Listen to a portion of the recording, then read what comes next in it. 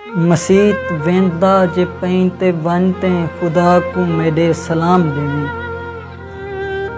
खुदा को आखी फलाने घर दा फलाना वारिस, त्रीजे डी तू वफात पा दे।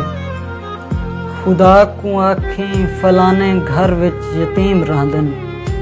खुदा को आखी ओ आके देखे यतीम थीवण दे बाद किवें कोई भी रिश्ता नहीं रास आंदा, यतीम किवें नहीं कहीं को भांदा। खुदा को आखी ओ आके देखे यतीम थीवण दे बाद किवें कदम कदम ते जमाना किवें लताड़ी रांदे। खुदा को आखी फलाने घर विच फलानी बेवा ते कल्ही औरत दियां 4 धीरी बगैर शादी दे बुढ़ियां थी गन। कमारे पन विच शबाब ढल गए।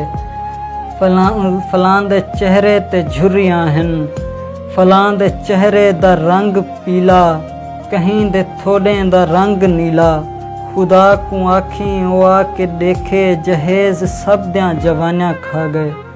मसीत वेंदा जे पई त वनते खुदा को मेरे सलाम देवी।